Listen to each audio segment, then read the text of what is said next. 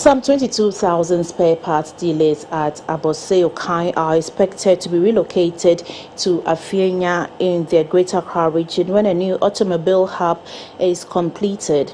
The automotive hub is expected to provide jobs and opportunities for about 40,000 artisans and businesses. Abose-Okai, which is the brain of Ghana's automobile industry in terms of spare parts, at the present location for over 30 years.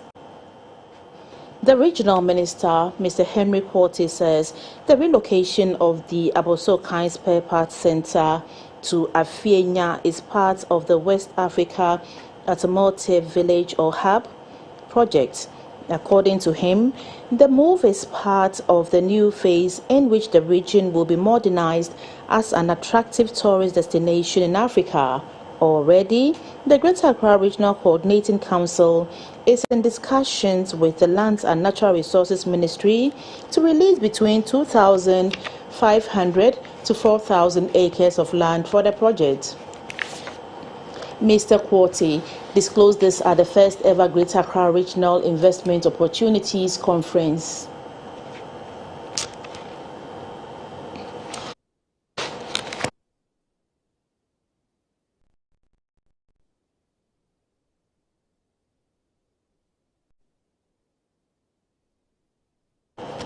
$900 indictments and international arrest warrants have been used by Rwanda's government to 33 countries, including Ghana, for individuals suspected to have committed crimes related to the 1994 genocide in the country.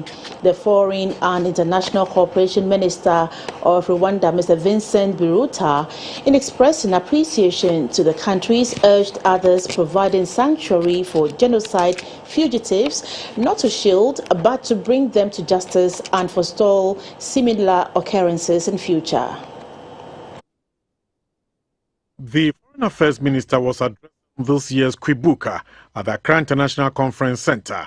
Kwibuka, which means remember, is a commemorative event in honor of those killed in the 1994 genocide in Rwanda. The genocide, which began in April 1994 and lasted 100 days, saw the loss of over 1 million lives, rape and sexual violence against more than 500 women, the destruction of basic infrastructure, displacement of millions of people, thousands of children rendered orphans having to fend for themselves, with countless survivors also developing psychological problems. The Rwandan High Commissioner to Ghana, Dr. Aissa Kasiara, said the celebration is to reflect on the path that led Rwanda to the genocide and to proffer measures to prevent future occurrence. It is absolutely important that we uphold the truth of what happened. For sadly, really hard to comprehend, but sadly, there are still many voices elsewhere that seek to distort, revise, and blatantly deny that this heinous evil, the genocide against the Tutsi, took place. Ghana's Minister of Foreign Affairs and Regional Integration, Shelia Yokobotri, said the responsibilities go beyond commemoration, urging for more vigilance, tolerance, and lawful behaviors among societies across the world. The Rwandan genocide of the Tutsis did not happen in isolation. It was fueled by hate, hate speech, hate crimes, and incitement to violence by a few individuals in a position of power until it became entrenched and acceptable in the society in general. The Foreign and International Cooperation Minister of Rwanda, Vincent Biruta, acknowledged the role played by Ghanaian peacekeepers in the Rwandan political crisis at the time, particularly in the protection of lives and property. He called for more support from partner countries to help preserve the memories of victims as Rwanda strives to build a strong foundation for national development. We have sought the support of some countries, including Ghana, to open the archives related to the genocide against the Tutsis with the goal of honoring our history and preserving the memory which are two important components of our ongoing process of healing and achieving unity and reconciliation. Journalists have been charged not to publish news that endanger soldiers or intelligence agents and compromise national security. A deputy chief of staff in charge of administration of the Ghana Armed Forces GF Air Vice Marshal Michael Appiah-Agyekum gave the advice at the inauguration of the Defense Press Corps in Accra. Air Vice Marshal Appiah-Agyekum said the GF and the media were two critical actors that must work together for national development. He says a good media-military relationship is vital to sustained democracy. He urged the Defense Press Corps to collaborate closely with the GF to develop strategies to enhance mutual understanding.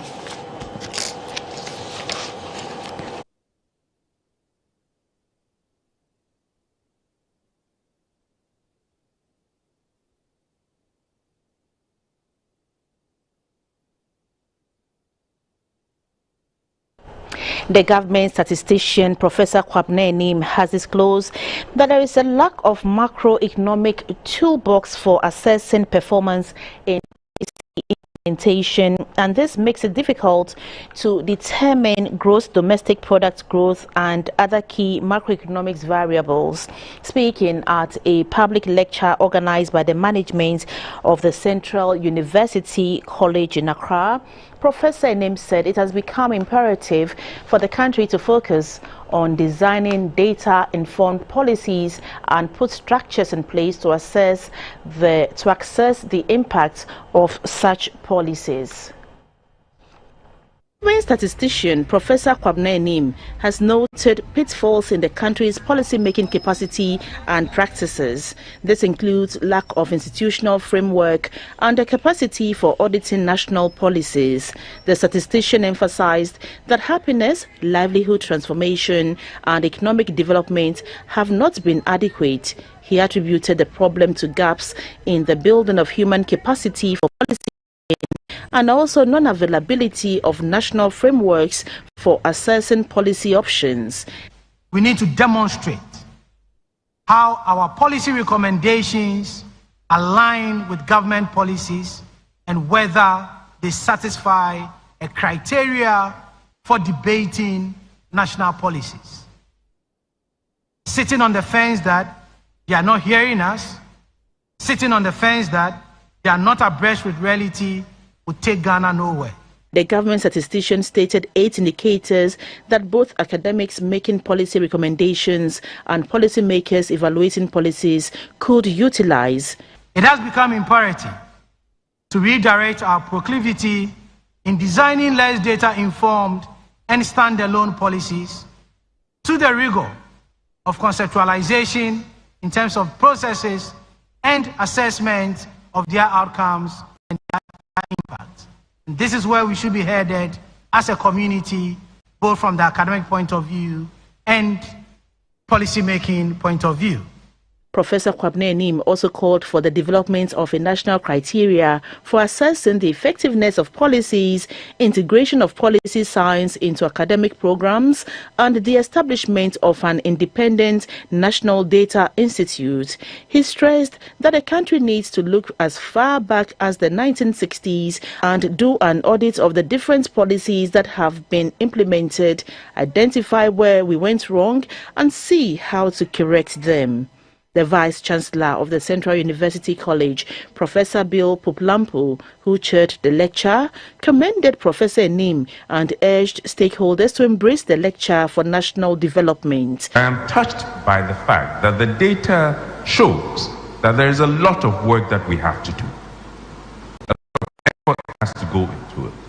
I am touched also by the fact that he made it clear that 40% of happiness is as yet unexplained by the data. For myself as a psychologist and a person of faith, I lean towards saying there is something out there that we are yet to put our finger on. The public lecture was on the theme Conceptualization of National Policies, Issues of Capacity and Practice.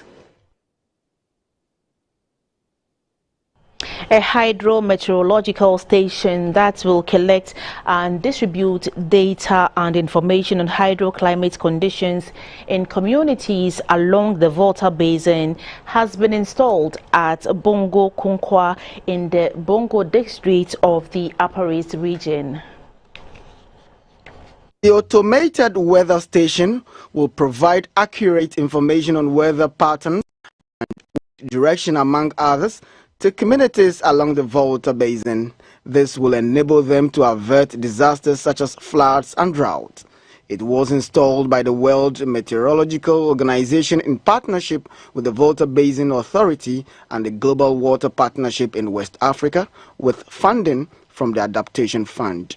The Executive Director of Orgis Ghana, Mr. Julius Awarija, said a flood and drought management committee has also been set up to support the communities during emergencies. The Upper East Regional Director of the Ghana Meteorological Agency, Mr. Brahima Abu, said the new weather station will augment the operations of the 6 existing stations in the Upper East region.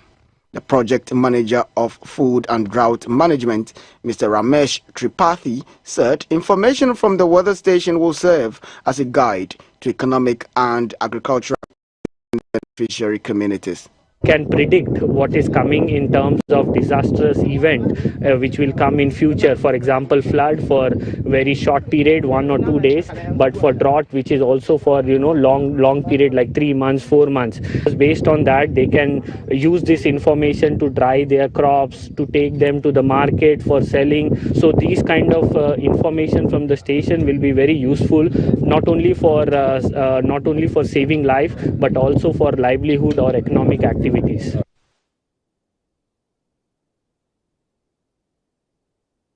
Executive Director of the UN Environmental Programme, Madam Inga Anderson, is calling on all stakeholders championing a plastic-free environment agenda to be crusaders of helping people to understand the impact of plastic pollution on human and ecosystem health through an End Plastic Pollution campaign.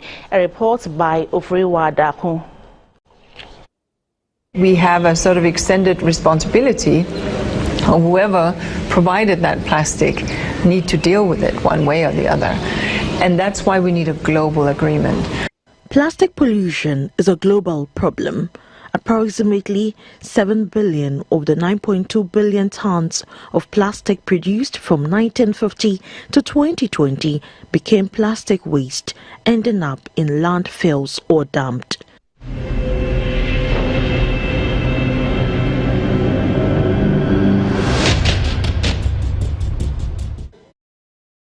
Pollution campaign draws attention to the harmful effects of plastic in our environment, harming marine and human health, littering beaches and landscapes, clogging waste streams and landfills, and also empowers people to make a difference. It also elevates the issue of plastic pollution in the global agenda and demands effective action to reduce and control it.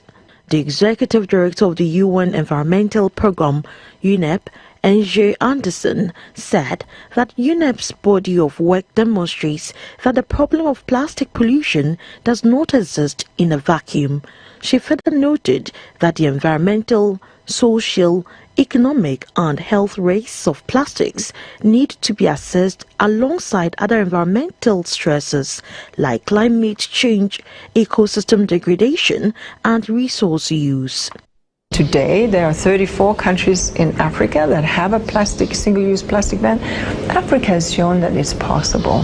So let the rest of the world learn from Africa, and let us then deal with the other elements of plastic now, but together as a global community. Data from UNEP shows that every minute, the equivalent of 1 garbage truck of plastic is dumped into the ocean. By 2050, it is estimated there will be more plastic than fish in the ocean if an urgent and collective action is not taken. Ghana generates approximately 1.1 million tons of plastic waste per year, and approximately 5% of that is collected for recycling. For GBC News, Ofriwa Daku reporting. The Vice President, Dr. Mahmoud Bawumia, has given his good wishes to the National Chief Imam Sheikh Usman Nur Sharbutu on his 103rd birthday. In a surprise visit to the Chief Imam's residence at Fadama in Accra, Dr. Bawumia described the Chief Imam as a gift of God to the country who has played a key role in holding together the peace of the nation.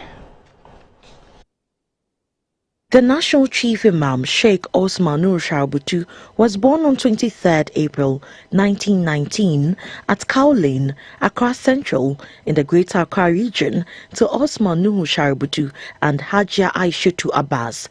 From a humble background, young Usman Nur Sharbutu distinguished himself throughout his life, rising through the ranks in Islam to become a cleric and eventually the highest Muslim religious authority in the country, the National Chief Imam. Today he turns 103 years old. Unlike his previous birthday celebrations here, his 103 birthday celebrations have been low-key due to the Islamic holy month of Ramadan. The Vice President, Dr. Mahmoud Bawumia, however, decided to pay a surprise visit to the Chief Imam Usman Nur Sharbutu at his residence in Fadama. Dr. Bawumia said the contribution of the National Chief Imam to Ghana's development remains invaluable and the country must celebrate such a gift. Today, everybody in Ghana understands that the peace that we are enjoying in Ghana today has a lot to do with how the National Chief Imam is holding all of us together. So as Ghanaians, as Muslims, we are very, very thankful to the Almighty Allah for his life.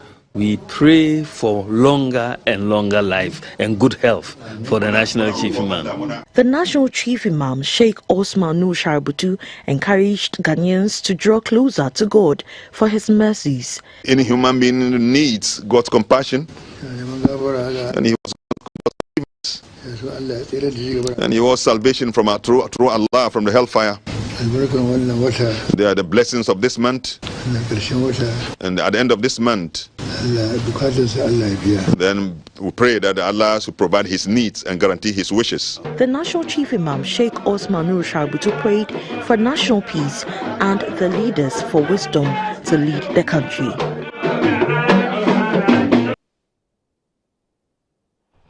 And we wish the Chief Imam a happy birthday. Phase 2 of the National COVID-19 Vaccination Day campaign has been launched at Somanya in the Yilok-Krobo municipality of the Eastern Region. This sets in motion the development of a 6,000-man vaccination team across the country in the next 5 days. The Director General of the Ghana Health Service, Dr. Patrick Kuma Abuaji, said the team is different strategies such as using traditional clinics, health centers, hospitals and CHIPS compounds to help vaccinate the public. He said strategies including outreach points and mobile clinics will be used to reach the remotest parts of the country as part of this drive. The Ghana Health Service Board says temporary vaccination centers will be created at overcrowded areas and facilities such as stadiums, markets, lorry parks, churches, mosques and offices, with a target of 2 million doses of vaccines to be deployed within the 5 days of the national COVID-19 vaccination campaign. Dr. Kuma Buaji explained that this campaign is to get Ghana to achieve herd immunity, especially with the drop in COVID-19 cases in the country. The aim of this campaign is to ensure that Ghana achieves its herd immunity, especially now that COVID-19 cases have gone down. It is important to know that this is the best time to protect yourself and your loved ones. The Eastern Regional Director of the Ghana Health Service, Dr. Winfred Ofosu, announced the opening of the Yilok-Krobo District Hospital, which was delayed initially after it was completed in 2016. Dr. Ofosu said the hospital still has some challenges and further disclosed that the facility is not operating at optimum. Announced that the facility is now open for services to our people in the district and the surrounding areas. We still have a few problems. The major one is water. But I'm also glad to say that our Honorable Municipality Executive is working hard on this to make sure that the water flows continuously to facilities. The WHO representative to Ghana, Dr. Francis Chisaka Kasolo, on behalf of development partners, urged Ghanaians to join the fight against COVID-19 by being vaccinated. It is important to note that the pandemic is far from over. The drastic drop in the number of daily cases and deaths that we have witnessed over the past 6 weeks is only a reminder to all of us that we need to work even harder to ensure that we do not have any new spikes in cases, as is currently being witnessed in Asia and Pacific parts of the world. A COVID-19 survivor, Emefa Agbenya, encouraged pregnant women and children above 15 to go for the COVID-19 jab. The National COVID-19 Vaccination Days campaign launch had the theme, Protect Yourself, Protect Your Family, Get Vaccinated Against COVID-19 Now. Still on health, the Ashanti Regional Health Directorate hopes to administer 400,000 doses of COVID-19 vaccines in the 43 districts of the region in the phase 2 of the national COVID-19 vaccination exercise. At a news briefing in Kumasi, the Ashanti Regional Director of Health, Dr. Emmanuel Tinkran, disclosed that only 30% of the targeted population in the Ashanti region are fully vaccinated. Currently, Ghana's COVID-19 active case count is below 100. For the past 3 weeks, the Ashanti region has recorded no new cases. The region's cumulative case count stands at 22,299 with 309 deaths. In an update of the current COVID-19 case count and management in the Ashanti region, the Ashanti Regional Director of Health, Dr. Emmanuel Tinkran, said, compared to other countries, Ghana has made gains in the fight against COVID-19. He cautioned the public to still adhere to the safety protocols against the disease in spite of the easing of restrictions by the government. Unless we achieve 70% coverage of the population, you can never say that the vaccination we're giving is adequate. So we are here to solicit your support to go through what we call COVID-19 NID. And that's what we are starting from today. So from 21st to 25th, the whole nation is embarking on COVID-19 vaccination. The reason is that we want to achieve a very high immunity that can help us to sustain the gains that we've achieved over the years. Dr. Tinkran encouraged all who have not been vaccinated to take advantage of the second round of the national vaccination exercise and get vaccinated. This, he said, will help Ghana achieve herd immunity against the disease.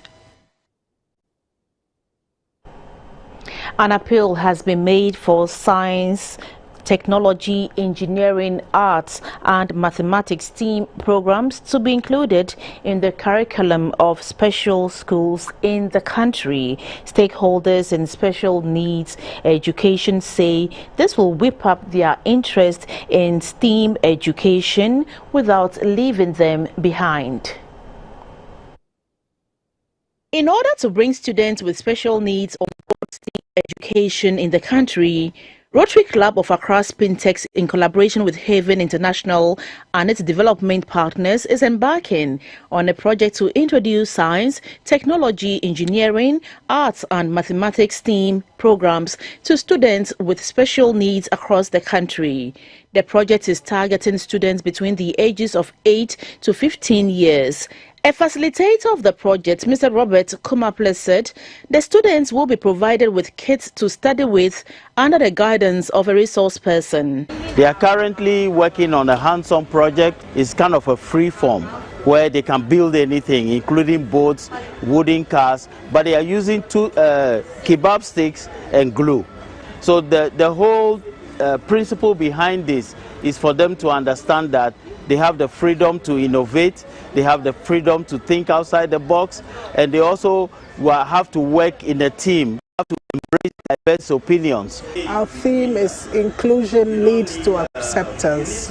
So far we've invited children from the old Lashibi Basic School, which is a deprived school with children from low-income homes who have been brought in so that they can begin to explore other career options that they ordinarily may not have thought of.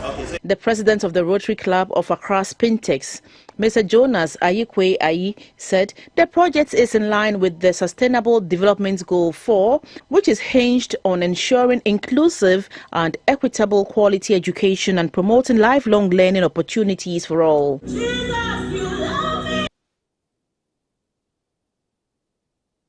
The people of Amenasi in the Fijai Secretariat South District of Ashanti are raising funds to construct a clinic. At a program, a former Chief of Staff, Mr. Timpani, said Ghanaians must always strive to better the lot of their regions. This, he says, is key to stepping up government's development efforts.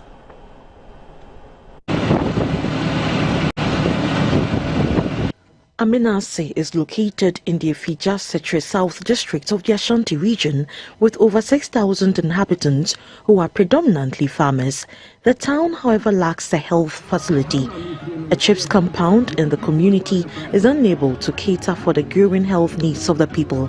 Over the years, residents travel to nearby towns such as Riamuasi and Buenim to access medical care if the situation requires critical attention. For this reason, the chief and opinion leaders at Amenasi organized a fundraising event to begin the construction of a clinic for the people. The chief of Amenasi, Nana Bidiako Puko, was grateful to all his subjects, both home and abroad. A former chief of staff during the Kufa administration, Mr. Timpani, who was the MP for the area in the Third Republic, commended the chief and his people for the initiative. For Mr. Timpani, the town played a significant role in his political career and therefore wanted to extend a hand of help towards the project. Anything I, in my capacity, can do for them, I think I'll do it, because I never forget them. As I said earlier, they made it possible for me. They were one of those who made it possible for me to become MP for this area during the Third Republic in 1979. So I'm ever grateful to them. And anything I can do for them, I'll continue to do for them. The paramount chief of Diaya Nkwanta in Ahafo region, who is also a member of the Council of State, lauded the chief and people. He commended them for supporting government's efforts.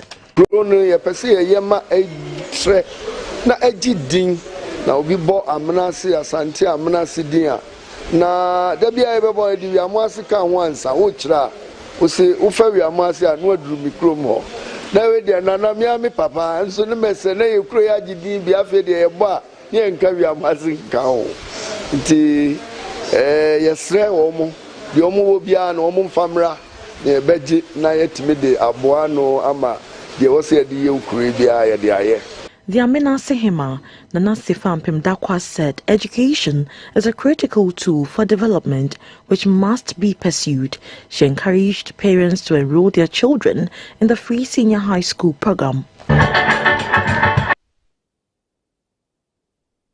Residents of Timpani in the Timpani District in the Upper East Region say the government for the search and development projects in the district, which they believe is a pointer to the fact that they would quickly grow as a district. They are, however, appealing to the government to turn an eye to their roads before the rains fully set in. The Timpani roads are riddled with potholes that easily collect and keep water till it dries up. Though some of the roads have been awarded on contract, according to the district chief executive, not much has been done. Some gutters have been constructed and gravel applied on some roads. However, the dust is still unbearable, especially on market days when the roads are usually busy. Residents are calling on government to intervene and put these roads in good shape. In fact, as I speak with you, we have been experiencing accidents every day, as you can see the clippings. Every day we experience accidents, and then not quite long, we even have to lose about some people's lives here. Our prayer is that before we get the end of 2024, there will be a lot of improvement on this road. We are appealing to government and the authorities that they should improve upon it, so that when you are going to Garu or any place, the nature of the road that is dusty would be taken care of. The Timpani District Chief Executive, Isaka Annabida, while commending government for awarding some roads for construction, said the Timpani Gabiri Zambala roads have been completed and in use. He says the contractor on the Y Junction Timpani to Warianga roads has not returned to work again. He was also worried that some contractors have not even shown up since 2018. The Timpani Gabiri has been completed and handed over, and we are using it. However, there are 4 feeder routes that were awarded together in the last 4 years, but the contractors have never stepped aside. So we still appeal that if something can be done. The Timpani district was carved out of the then Garu Timpani district in 2018. The people are vegetable farmers, raise livestock including cattle and guinea fowl, and therefore need good roads to attract good market. The Ghana Institute of Journalism has graduated its last cohort of students as an autonomous communication institute in Ghana. The rector of the school, Professor Kwamena Kwansa Edu, announced the school's 15th congregation on Friday in Accra. This is the last time the Sub-Saharan Best Communication University will singularly award certificates, as it will finally merge with the Ghana Institute of Languages and the National Film and Television Institute after a governing council of the merged school is instituted. Addressing the congregants, Chief Executive of the Ghana Export Promotion Authority, Dr. Efua Asabi Asari, challenged the graduating population to be innovative in their line of work. Keep the intellectual curiosity you've had as a student and never let that go. Never stop seeking new answers, and when you can't find them elsewhere, create them yourself. Just because you can't find a current solution doesn't mean that one can be found. It just means no one else has your unique perspective and apply themselves with a passion to finding the solution. 2 foreign graduates of GIJ, Mr. Ibrahim Ba from the Gambia and Ms. Rona Nankunda, a Ugandan, said though they enrolled at the peak of COVID-19 with its challenges, they feel proud to have graduated from the best communication university in sub-Saharan Africa. The rector, Professor Kwamena Kwansa Edu, spoke about the measure. The UMAC bill, which sought to merge the Ghana Institute of Journalism, the Ghana Institute of Languages, and the National Film and Television Institute into one university, the University of Media, Arts and Communication, has received presidential assent and is now UMAC Act 1059. As we await the formation of the University Council to enable the real work of integrating the component institutions to birth our new university, we are hopeful that this merger will provide significant opportunities to build on the synergies offered by the component institutes, while safeguarding the history and identity of each institution. He, however, was not happy about the attitude of some students who graduated yesterday because of a change in event culminated by the weather. 1,457 have graduated since yesterday with a Bachelor of Arts in Communication Studies, PR and Journalism options and Diploma in Journalism. The rest are MA in Journalism, PR, Media Studies and Development Communication categories, respectively.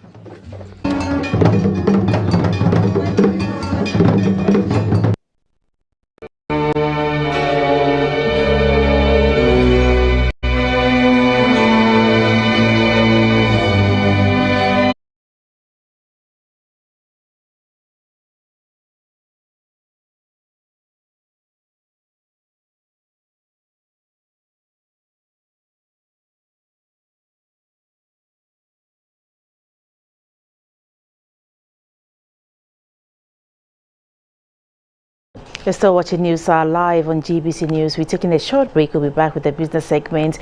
Please don't go away.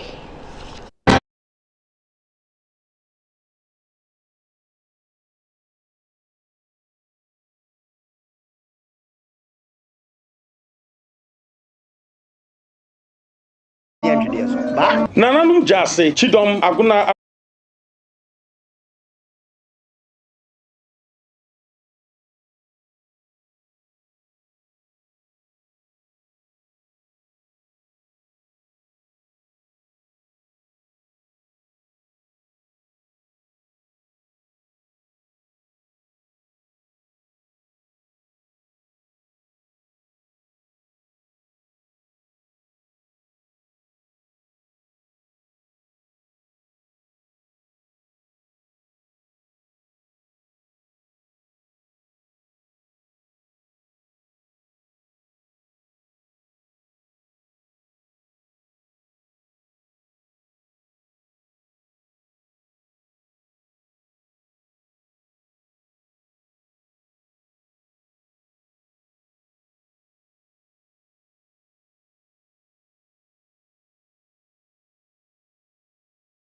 It's time for business. July this year will mark the first anniversary of the reclamation of the world's biggest spots for hazardous pollution. To ascertain the investment opportunities that the private sector can gain from the redevelopment of the area, the Association of Ghana Industries and the Greater Accra Regional Coordinating Council have organized the Greater Accra Investment Opportunities Conference in Accra. The Agbogloshi Dam in Ghana was a massive e-waste dam site. Despite the environmental and health impacts of improperly managed e-waste, the dam site was booming with menial entrepreneurial activities. Almost a year since the land was reclaimed, a proposed redevelopment scheme has been developed for the land on which the demolished Agbogloshi market in Accra was situated. At a gathering of investors led by the Association of Ghana Industries at the Greater Accra Regional Investment Opportunity, it came to light that the Agbogloshi market would be turned into the West Africa Automotive Village. This includes a financial hub, metallurgical waste plant, test tracks, maintenance, repair, overhaul workshops, among others. The president of the Association of Ghana Industries, Mr. Humphrey Enyimdake, said the AGI is poised to collaborate with governments in the redevelopment of the area. However, we wish to urge the minister and his team that as they go on in deliberating on various property rates and permits for the various engagements in their revenue generation models, they should consult the AGI and its members in arriving at such laudable rates and competitive rates for industries and businesses. The Greater Accra Regional Minister, Mr. Henry Korte, said the project is to give the area a facelift and create jobs for the region and Ghanaians at large. Today's engagement stems out of our resolve at the RCC to collaborate with the private sector to accelerate development in the Greater Accra region. You would agree with me, the private sector is the engine of growth, and the constraints on the public resource and physical space. The importance and role of investment structure in the growth of our economy cannot be overemphasized. The Municipal Chief Executive of Ablikuma Central, Madam Mariam Amli, said she is positive of the location of one hospital under the Agenda 111 scheme, but currently awaiting all other projects to be situated on the reclaimed land. This year's rains has started on time, but to ensure that the youth in agribusiness in Ghana get the needed support on time, Cosmos Initiative Center and MasterCard Foundation have joined forces together to provide them with seed funding, financial support and training to enable them to stay ahead of the curve. The agriculture sector is the backbone of Ghana's economy. It is the largest employer. It is the main driver of Ghana's foreign exchange earnings, with cocoa alone breaking $2 billion annually. Most of the labor force is rural-based. For this reason, the MasterCard Foundation and Cosmos Innovation Center are partnered to train the next generation of young leaders and entrepreneurs in Ghana's agricultural sector. Speaking to GBC News, the Executive Director of KIC, Mr. Benjamin Jan Kessie, said the initiative will address challenges in the agri sector, boost business across the 16 regions of the country, and create opportunities for young Ghanaians. We believe that this program in itself allows the people who come into, the students and graduates who come into it, be self-employed and also give them the opportunity to employ others. And by that, we will be reducing the unemployment situation in the country. Agriculture in itself has a potential to employ many more people, and through this program we believe that for the many businesses that will be created, they will be able to employ many more graduates and also non-graduates. Mr. Jan Kessie stressed that his outfit is poised to make agriculture very attractive to the youth, to ensure that Ghana's food security is in the hands of her future leaders. If you look at what is happening globally, there's an urgent need for us to look at food security and food safety. And I believe that is one of the key reasons why KIC is able to contribute to the future food security of the country and the continent. Students and graduates from tertiary institutions can apply the Agritech program via the KIC portal. Still in business, the West Africa Center for Crop Improvement, WACCI, at the University of Ghana is currently working on a white paper to allow for investment and training opportunities for farmers and industry players in the value chain of 6 major staple crops to grow their business by the end of the year.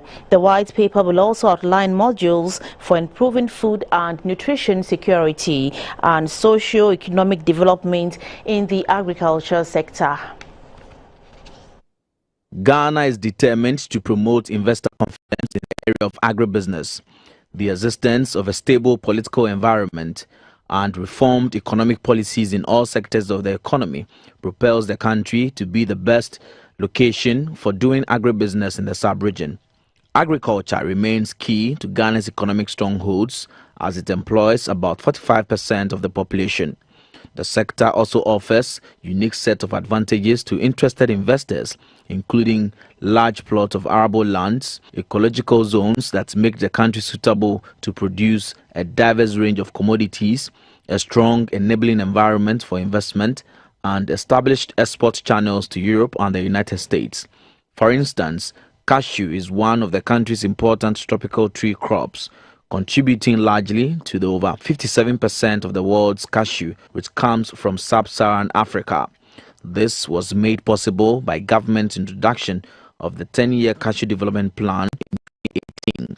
Leveraging on such huge prospects, the West Africa Center for Crop Improvement is calling on investors and policymakers to emulate the effort of government in the cashew nuts value chain by channeling adequate revenue and attention to 6 major staple crops including rice, maize, soybean, cowpea, cassava and tomato to motivate and encourage farmers and SMEs in the value chain to expand production.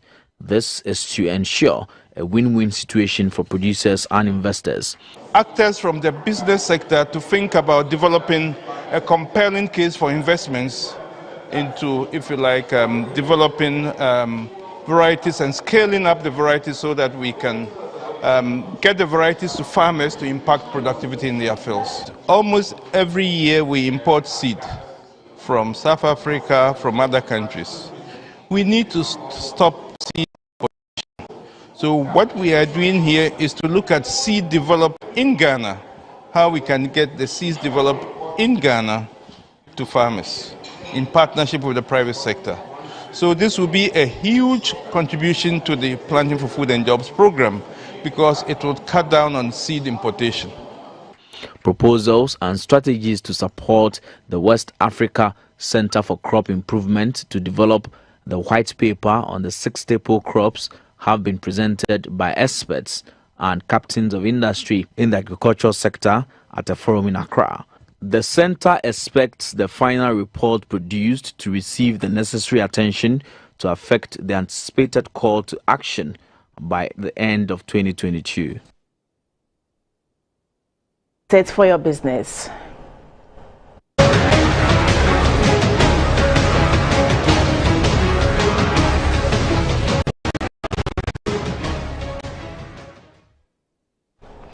In international news, Guinean ex-president Alpha Condé has been released from house arrest.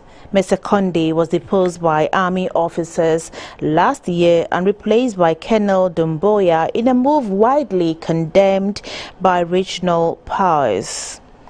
The 94-year-old former president will continue to live at his wife's family home in a suburb of the capital, Conakry, until renovations of his own home are complete.